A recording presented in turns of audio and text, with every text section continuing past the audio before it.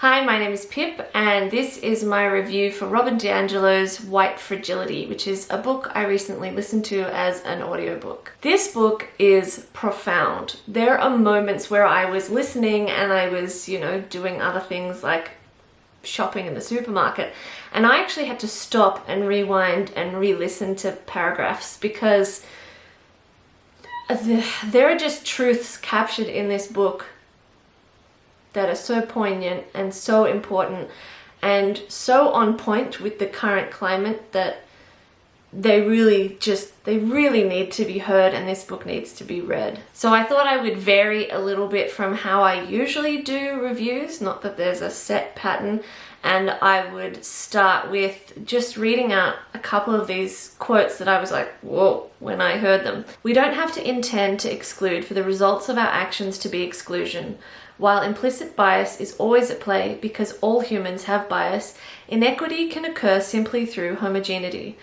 If I am not aware of the barriers you face, then I won't see them, much less be motivated to remove them.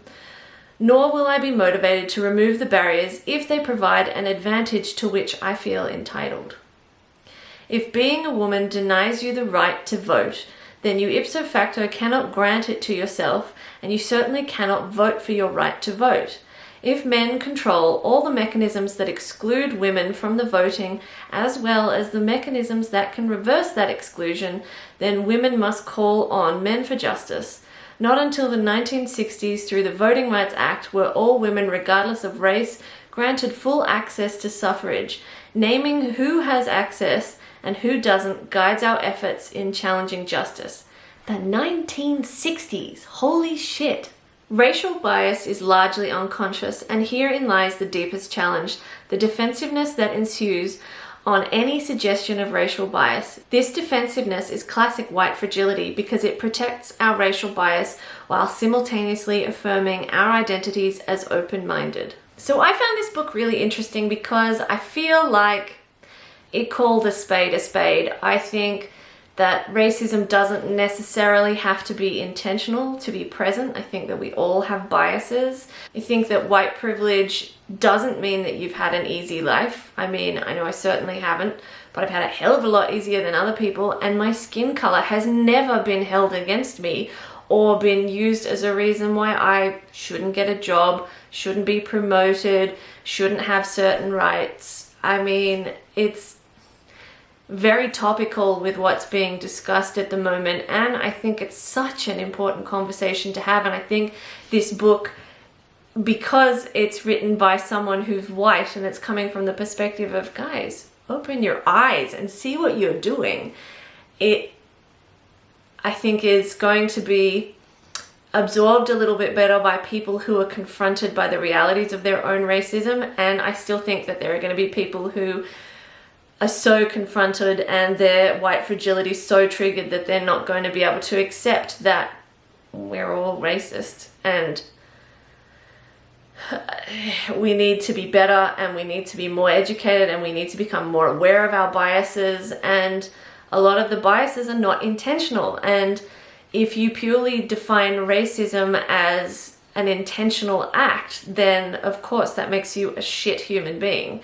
And this is kind of what the book talks about, that racism doesn't have to be an intentional action, and it doesn't have to mean that you're a terrible person. It can just be that you're a person who is potentially ignorant of your biases, that you are affected by the environment that you were brought up in, that you're affected by the media you consume. So for example, someone gets killed in a black neighborhood, and it might not get reported, or it might get reported in a way that kind of makes it sound like that's another Wednesday. Whereas if the exact same thing happened in, a fancy white area of town, then it would be a shocking murder. And I just think we need to look at those sorts of things and assess our biases and be open to the fact that we have them, and be open to people communicating. That wasn't the most sensitive thing you could have said, or that wasn't the most self-aware thing you could have said, or perhaps, maybe back off a little bit and just accept that feedback and understand that there's a lot of growing that needs to be done. So this book basically argues that all white people are racist and that bias comes into all aspects of how we interact with each other. DiAngelo uses the example that often white people in like the business world have suppressed opportunities for people of color, and that is about a power play. So if you can either keep the predominant employee base white, you can then use racism, even if you're not doing it deliberately, to maintain your power and keep that kind of culture going. And then you can feed that attitude further by sort of playing the card of that person only got the job because they're a person of color, because they're gay, because they're whatever. And that allows that power base to stay strong, and it allows people to isolate that person further. And that's just kind of white fragility at play, and the whole, well, they're taking our jobs. You know, it's so they talk about that in the book, and they articulate it infinitely better than I am. But it's one of those books that the more you listen, the more you're like, oh shit, and you realize how much things are at play all the time, and how much this constant power struggle is at play all the time, and racism is just there all day, every day, and you just weren't really aware of it because it never affected me, because I'm white and privileged. Because of the color of my skin, I can do things without thinking about the impact of them because of the color of my skin. And I'm sure that there are people around the world who know exactly what I'm talking about, because they're watching the riots, particularly in America, and watching the things that people of color are experiencing in relation to the police force that I just would never have assumed was going to happen when you get pulled over because you're speeding, for example. Because, you know, you kind of hope your police aren't assholes, but I guess that's not really the truth. So as I was saying, the more I listened to this book, the more I kind of realized how my own bias affects my day. And I had already read Why I No Longer Talk to White People About Race by Rennie Edo-Lodge earlier this year, and kind of had started really realizing what was happening around me that I was willfully ignorant of or blissfully unaware of before. And it's kind of made, these two books have kind of made me realize, you know, that I've most likely offended somebody out there by saying something that I thought was completely fine, and that I absolutely have been colored by my biases all the time, and that I've been completely unaware of it, and that I will most definitely have hurt people's feelings in the course of my life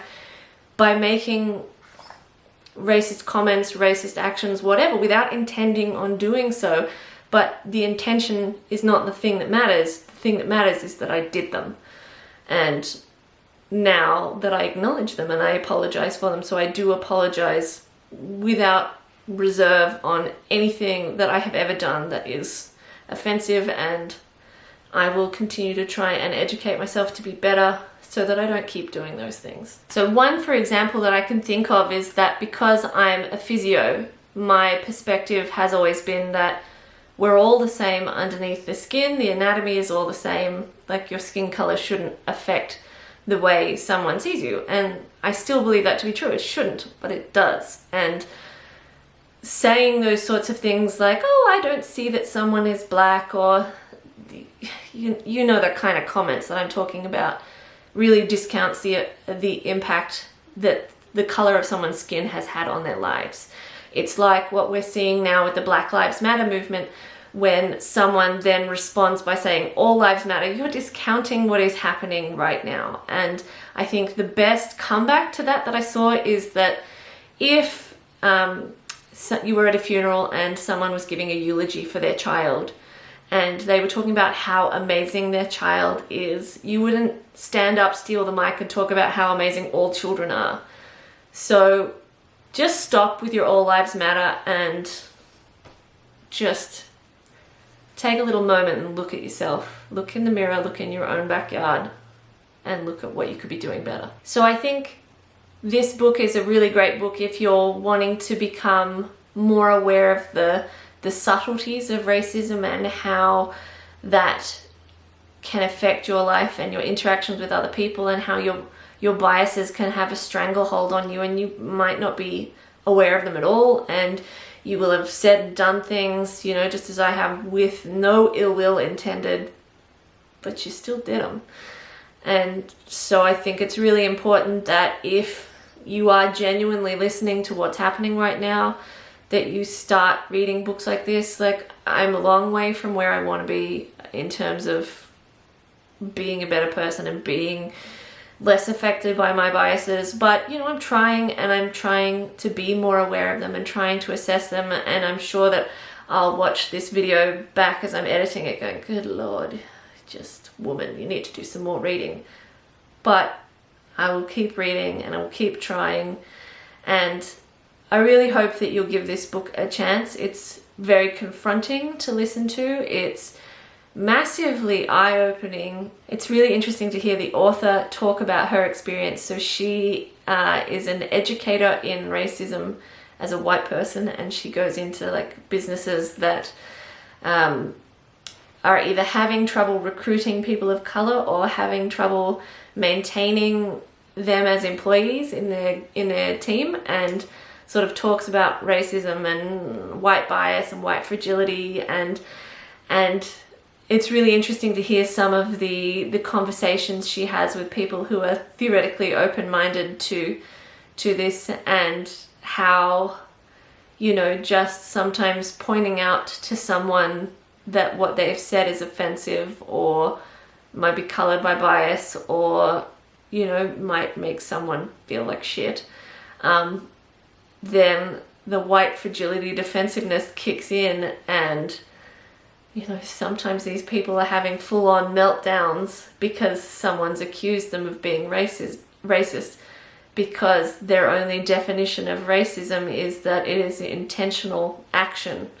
They're not willing to be aware of the fact that it can be unintentional things too, that they could be doing something that could make somebody else feel awful, and that doesn't necessarily mean you're a bad person. It means that there's an opportunity for growth. And so it's just really interesting to hear about some of those stories and see some of those sort of examples that they give in play, and to listen to those stories and know that I have seen those things play out in life before. And I just hope that if someone ever gives me feedback, that I can take it a hell of a lot better than those people did in the book. So I don't know if I'm explaining this book all that well, because I don't want to come across preachy, and yet there were things in this book that I was like, yes, come on! And also things where I was like, oh shit, I could, you know, raise my game a little. But this book is amazing. I think you should read it. I think you should expect to be confronted by a lot of things, particularly if you're a white reader. I think that it's really important, if we're going to be better human beings, to read books like this. I think this was a great follow-up for me from Another Day in the Death of America and Why I Don't Speak to White People About Race. And I've got a couple of other ones that I want to read next. And so I hope that if you have found any great books sort of on topic, that you will let me know below in the comments, so I can check them out. I think this 2020's been weird. I think we can all admit that. We started with some bushfires that were fucking massive, and we all thought that was going to be the big trauma of 2020, but you know, it's kept on rolling. It's kept on rolling, and there have been endless amounts of really difficult things this year that we've all faced. And I think that the thing that 2020 has allowed to happen is some reflection, and I think it's been able to trigger some conversations that really needed to be had, that need to not stop once this initial wave has gone. I think that it's a really important time and a really important opportunity for change, and Clearly, we need change because the universe is kicking us all in the pants right now because we haven't learned. We haven't learned that we are having a massive impact on the environment. We haven't learned that we need to treat people with kindness. We haven't learned that we need to address the injustices and biases that are a part of our community. And we haven't learned that our political leaders need to get the fuck out of office and become decent human beings. So I hope that your 2020 is a period of learning for you, just like mine is. Some lessons are hard and they can be bitter pills to swallow, but I think that there are some really important lessons that are coming out of this year. And I plan to continue to go down this path and read more books by Black authors and people of color and more stories about racism so that I can grow as a human being. And my hope is that you will too. I hope that you will check out White Fragility by DiAngelo, and I hope you've enjoyed this review. Don't forget to comment below if you have any other book recommendations or if you have any experiences you would like to share below. Don't forget to subscribe to this channel, and I will see you all soon.